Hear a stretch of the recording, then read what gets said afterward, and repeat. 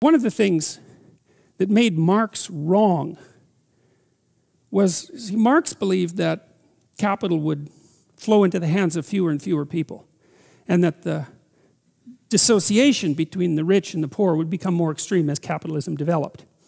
And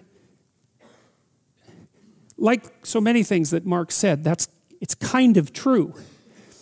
It's kind of true in that the distribution of wealth, and in fact the distribution of anything that's produced, follows a Pareto pattern. And the Pareto pattern basically is that a small proportion of people end up with the bulk of the goods.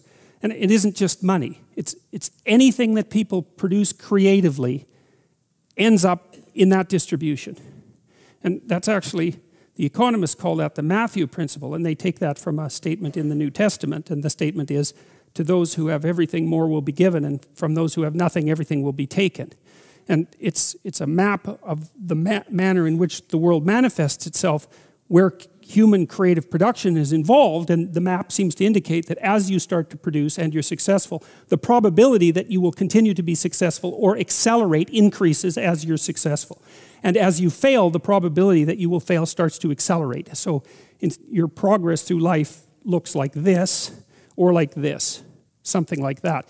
And the reason that Marx was right was because he noted that as a feature of the capitalist system. The reason that he was wrong is that it's not a feature that's specific to a capitalist system.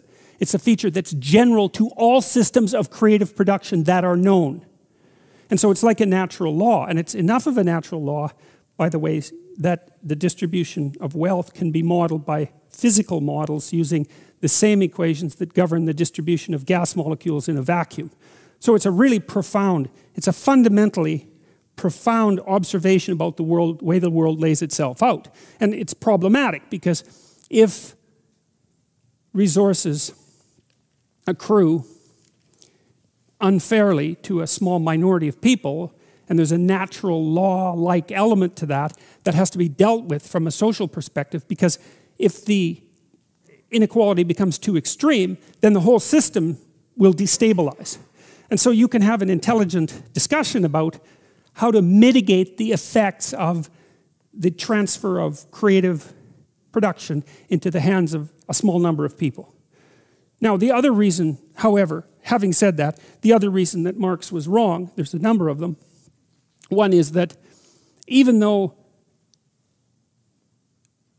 creative products end up in the hands of a small number of people, it's not the same people consistently across time. It's the same proportion of people. And that's not the same thing.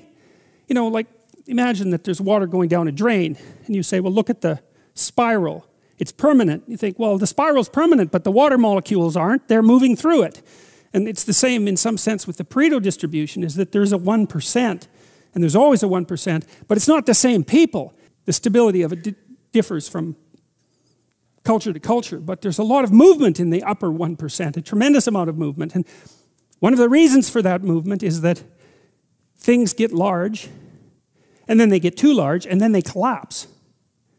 And so, in 2008, when the politicians said, too big to fail, they got something truly backwards, as far as I can tell, and that was,